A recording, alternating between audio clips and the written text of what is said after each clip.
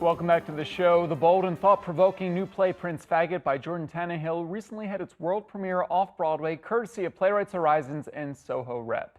Billed as a fairy tale, the production features a company made up of entirely queer and trans artists. And joining me in studio today are two of the stars from the show, John McCree and Naomi Allure Stewart. Congratulations on this incredible new piece. John, you play the prince. Yes. Obviously inspired by the current royal family. Talk a little bit about the prince and the journey this prince goes on. Oh, where do I start? Well, he goes on quite a manic journey. We sort of meet him at the age of around 18 and we leave him around the age of 30, I believe. So just in terms of timeline, there's a lot that goes on in his life. Ultimately, it's his struggle to find the life he wants to live and how that contradicts the life he's currently living within the realm of the monarchy and the institution. And, you know, the simple domestic things of falling in love for the first time and falling out of love or having your heart broken, sort of, you know, he's still a human being at the end of the day.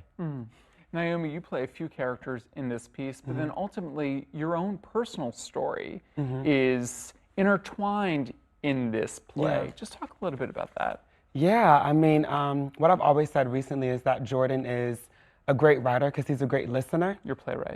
Right, yeah, the playwright. And when we did the workshop back in 2022, because I've been with it for quite some time now, he asked us how we felt about our opinions of royalty and royal family and what that means to us.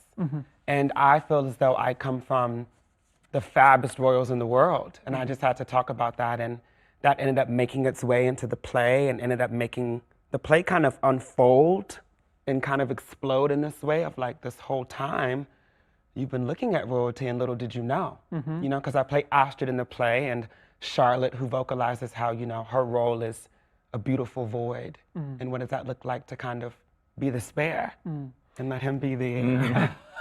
And when you talk about royalty, you're talking about the ballroom scene and the trans, incredible and vibrant trans culture. You know, you talk about, you know, dancing at the piers and being a part of this family. Yeah, yeah. Which is like, just happens every summer. I say it in the monologue as well, how one day I think the most beautiful part is you never know when you're gonna have this euphoric feeling with the people who make you feel the most comfortable.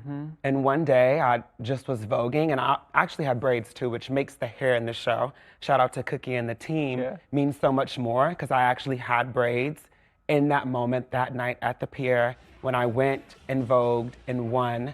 And the iconic Kwana Juicy Couture, I will send her flowers, made me Princess of the Pier. Wow. And it just was something that stuck, and it became this kind of movement actually in the scene, which is really, really beautiful. Yeah. John, you are from the UK, so the royal family is very much a part of the landscape of where you're from.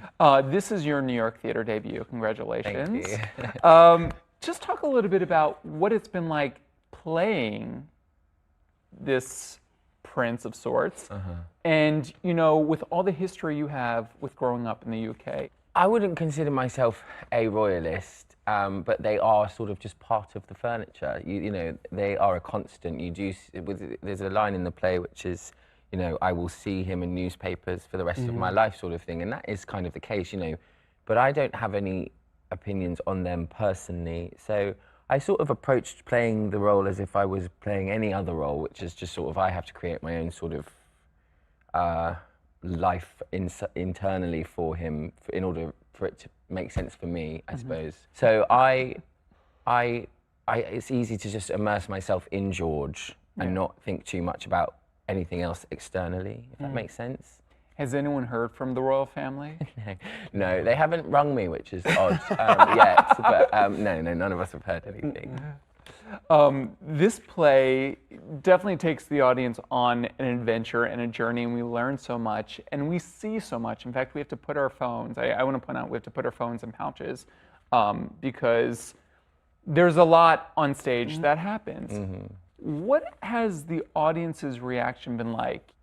I think they're moved. I mean, there's so many layers. There's so many conversations. It's like a very nuanced play about very interesting people as performers putting on our version of this royal family. So people want to see it again. They want to come back and figure out what they want to break down that given day that they're seeing the show. That's just very hard to do because every time we extend, we get sold out. So I mean, you know, kudos to that. Congratulations to that. How about you? What reactions are you getting from audience members? I tend to try and block them out. I put my earphones on when I'm leaving the building because I don't want to hear anything. But from my friends that have been, it's been lovely and supportive. I will say, in terms of the phones and the pouches, interestingly, the feedback has never been about the most provocative or sort of shocking things on stage, because they're not the most interesting. The most interesting things are the monologues and the stories of the family and of the actors. Yeah, I think they've been positive mostly. That's the word on the street. Yeah, it is the word on the street that I'm hearing too. You know, I love that this shines a spotlight on the gay, queer, trans experience. And as I mentioned earlier in my intro, this is a cast entirely made up of members from the LGBTQIA+ community, which is thrilling. What does that do to you as out and proud artists, you know, being a part of this company? It makes me feel full. I mean, every day we get to, because in our pre-show, we have a pre-show where if you come on time and early, you kind of get to see us experience being backstage, quote unquote, prepping and getting ready. And all of the conversations we have are very, very crazy, and it feels like heightened because it's Pride Month, and also just that comfort. I mean, I've done shows before, but this is my official debut where I'm not an onstage swing or understudy. And I used to tell people when I left shows, I would have to be around my community because I was like, these things are really great for my resume, but there's something missing. And I think this whole time it's been the proximity to my community, people that I make sense to. You know, so I've felt very inspired and motivated. I mean, I get to act every night with Rachel Crowell.